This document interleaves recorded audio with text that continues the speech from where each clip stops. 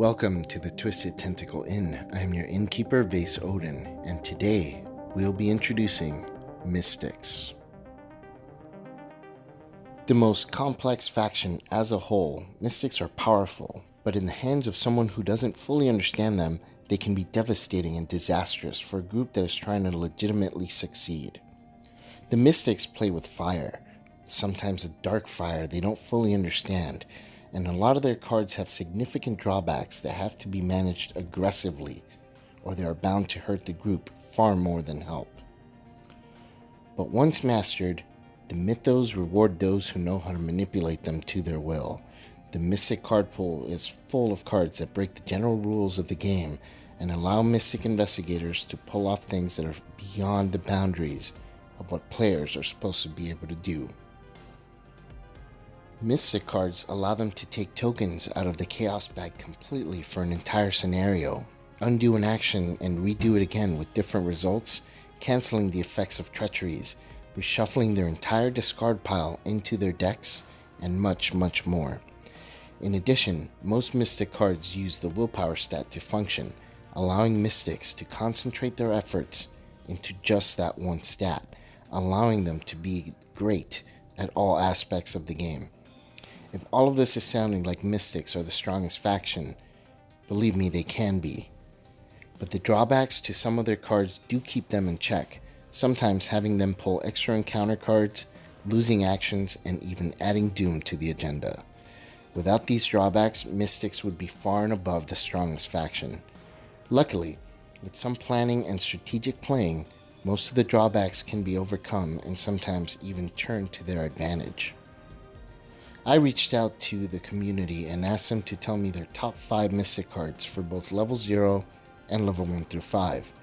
Some cards were consistently coming up in people's lists, and I've included the top 5 of those.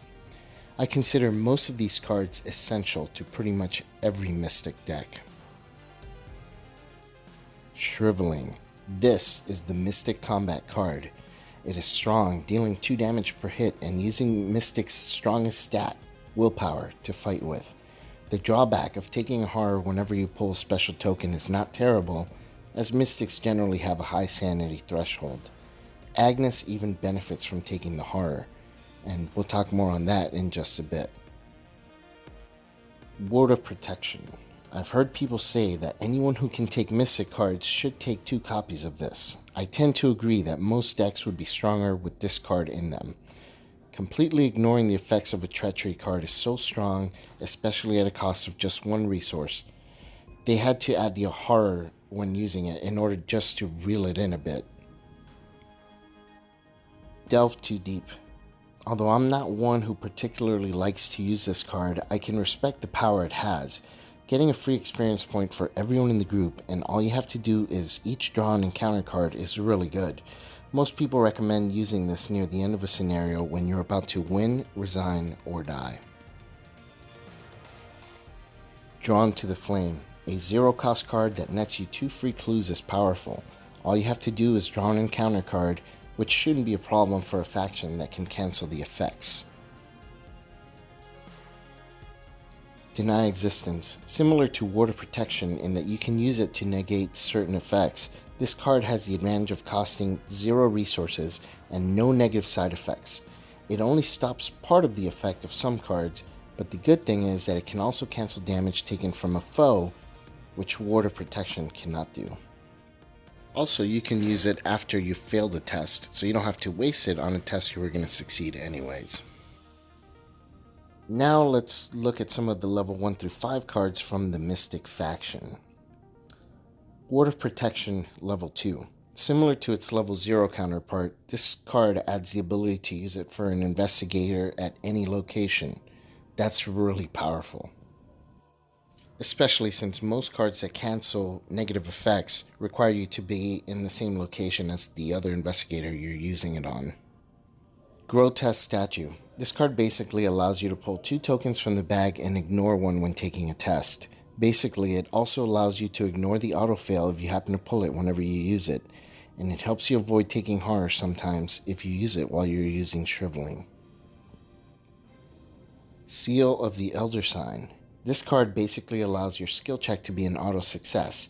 If used by Father Mateo, it also basically gives him an extra turn, and if used by Akachi, it also grants her an extra charge on a spell or item like the grotesque statue.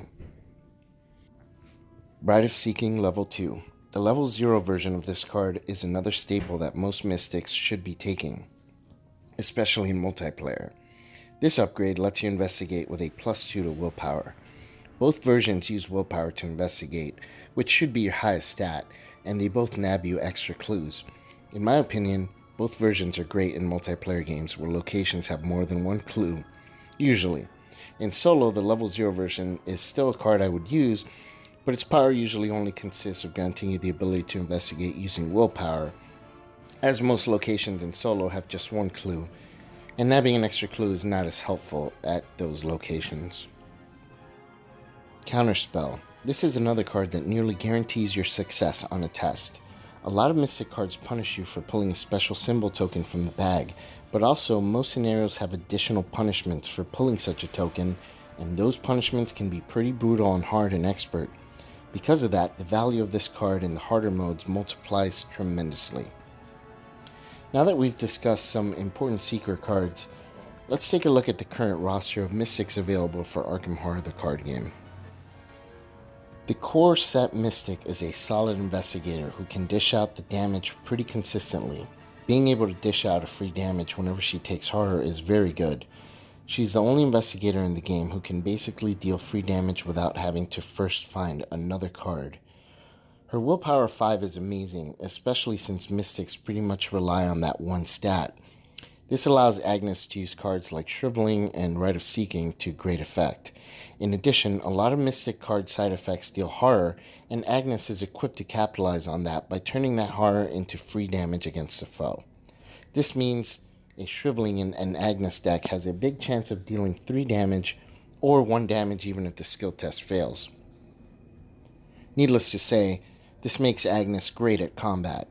Throwing the level 0 to 2 access to survivor cards, widely considered one of the best out-of-class access in the game due to the lack of high-level cards in Seeker, Survivor, and you have a very potent killer who can leverage some of her shortcomings and turn them into benefits. Her low combat and intellect are not a big issue anymore, but if your card pool mostly consists of just the core set, keep in mind her low intellect when building her because you'll need to use cards that help investigate. You'll also need to get Shriveling early on, which is an issue with a lot of Mystics. Without it, you can be pretty useless, so make sure you pack cards that help you find it in your deck if you don't get it in your opening hand. A good card for this is the Arcane Initiate. Just be careful with the doom that she brings with her. Another way you can mitigate this is by packing some survivor weapons to help in combat until Shriveling comes up. Fire Axe is great, and Baseball Bat can be pretty good too.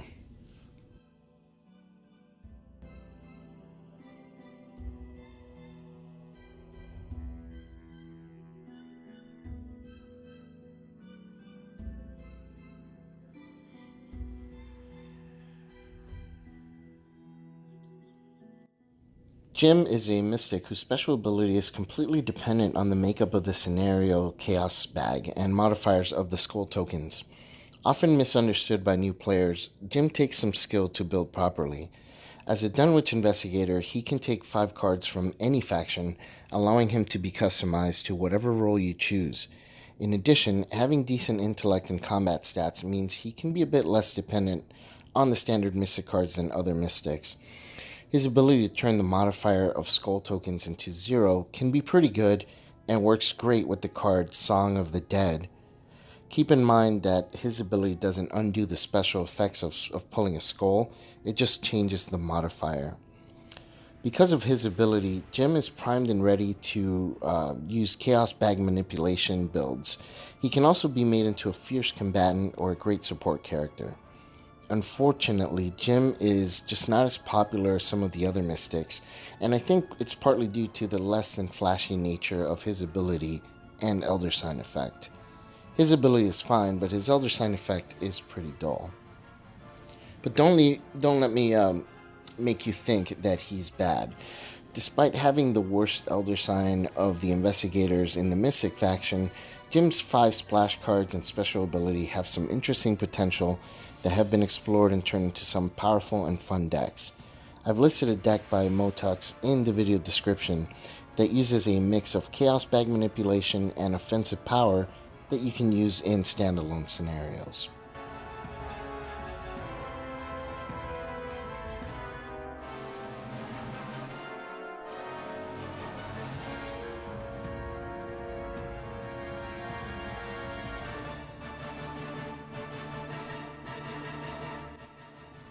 In my opinion, Akachi Onyela is a mystic whose special ability, Elder Sign ability, and signature cards grant her power of astronomical proportions.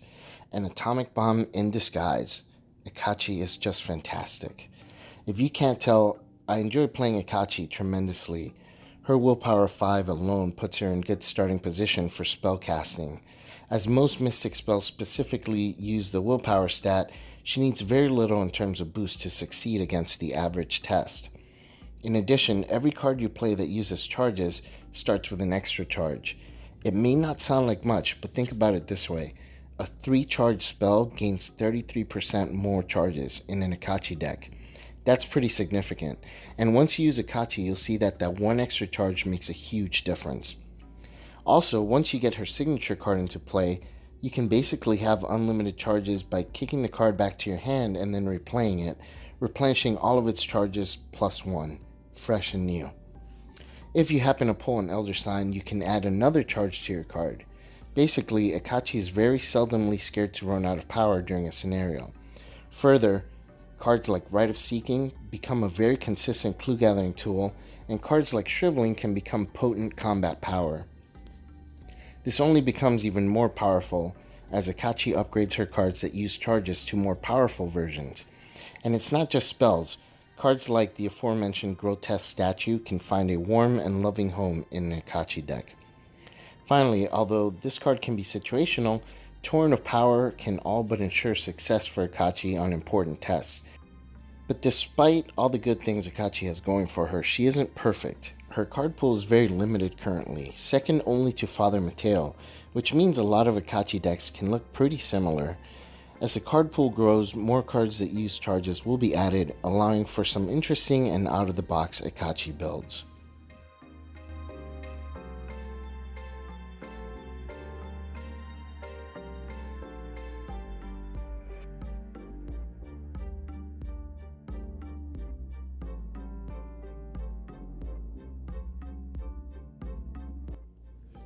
The Forgotten Age Mystic is currently the most pure Mystic in the game. With only a couple of cards available outside of his faction, Mateo is pretty much restricted to just Mystic and neutral cards. To give Mateo players a bit more diversity in deck building, the game designers gave Mateo the ability to add up to 5 experience points worth of cards right from the start for free. In standalone mode, he essentially gets 5 free experience points to play with, meaning a Mateo deck can have 14 experience points without adding an extra weakness. That's pretty fun. Anyway, the 5 free experience points allow you to customize Mateo in various ways. You can take extra combat cards or extra support cards. You might even add some cards to help Mateo's survivability. You may even add just one level 5 card for the potential of a really powerful play. There's just a lot of possibilities. In addition, Mateo has quite possibly the strongest Elder Sign ability in the game. Not only are the effects strong, but it gives you options.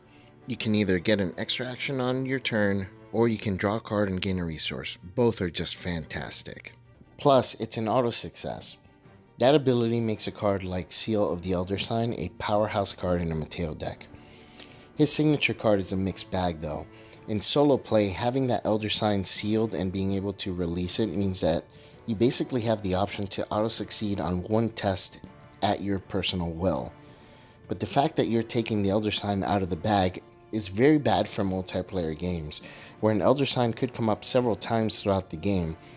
In this case, what I like to do when I play Mateo in multiplayer is to play his signature card when I really need to pass a test and guarantee that the test passes, with the Elder Sign going right back into the bag almost immediately.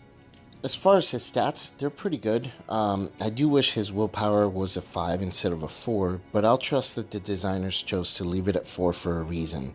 It's not a major detriment, but for a pure Mystic, I would expect a high value on pretty much the only stat that matters. I do love Mateo, and he ties with Akachi for my favorite Mystic, so I highly recommend that you play him if you're interested in playing Mystics.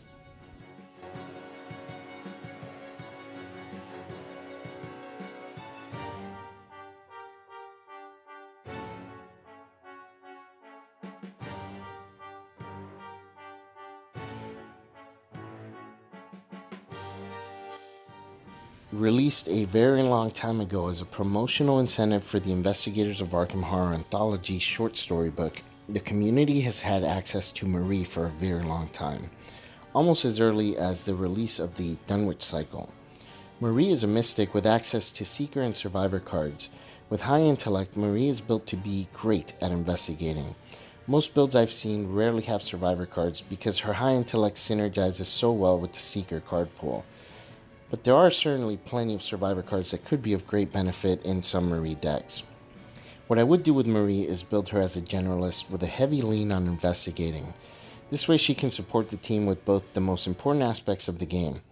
Some would not recommend taking Rite of Seeking in Marie unless you have a very specific reason to do so, but I disagree. Her intellect is as high as her willpower, which means she investigates just as well running a straight intellect check, so I would say definitely run investigation checks with intellect for most of the time.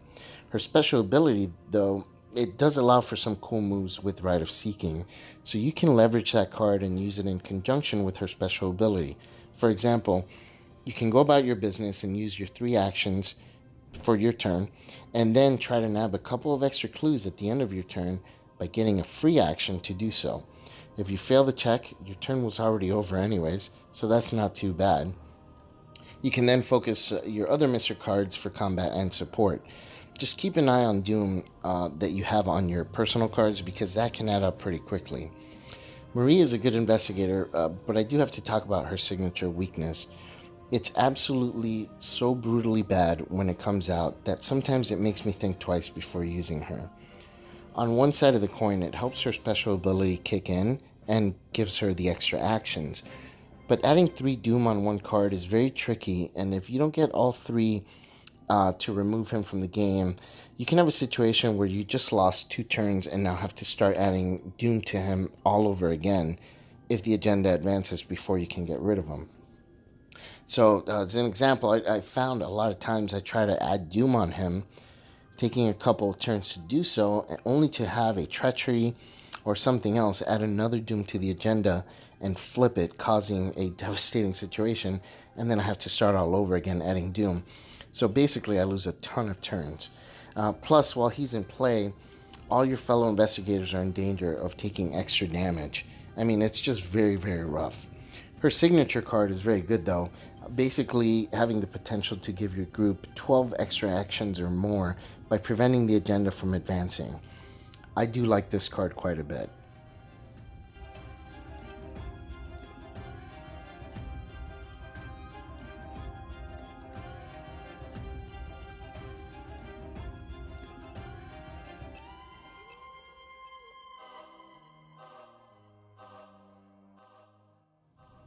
As is the case with so many investigators from the Circle and Dun Cycle, Diana turns the Mystic faction on its head.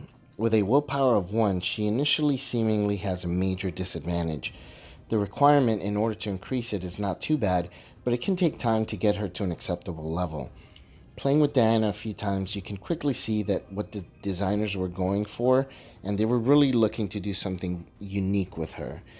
A major complaint that players have is that Mystics can have a bit of an identity problem, mostly having very similar decks, and this is because their reliance on willpower and having a base set of cards that are just essential for Mystics to be more productive.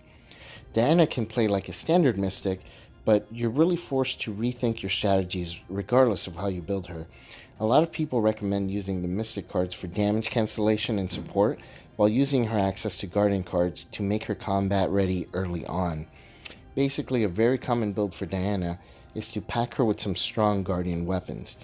The best trick I heard from an ArkhamDB user named Doc Leo for playing with Diana is to not try and force getting the cards under her to boost her willpower, Doing so will cause you to make suboptimal plays and lose some major tempo, or what they call action economy, that you may never recover from. Instead, dish out your cancels as needed, and then once you hit a certain level, it would be close to the end of the scenario, but you'll be really powerful. Also, it's recommended by the community that you use a lissogram for your allies so that you can prevent Diana's weakness from destroying you later in the game. Cards like Torrent of Power are great in Diana, as are a lissogram and the better guardian weapons like the 45, automatic, and the machete.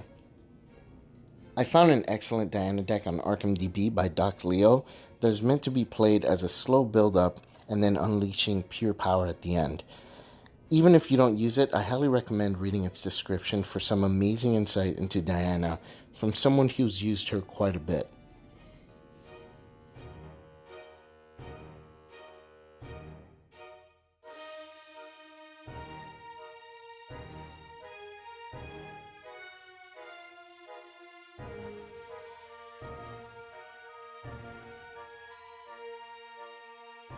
And that does it for today's introduction into the Mystic faction.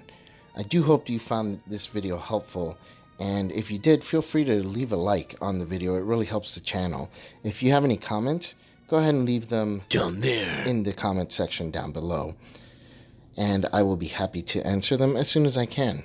This is Innkeeper Vase Odin from Twisted Tentacle Inn. Check in anytime.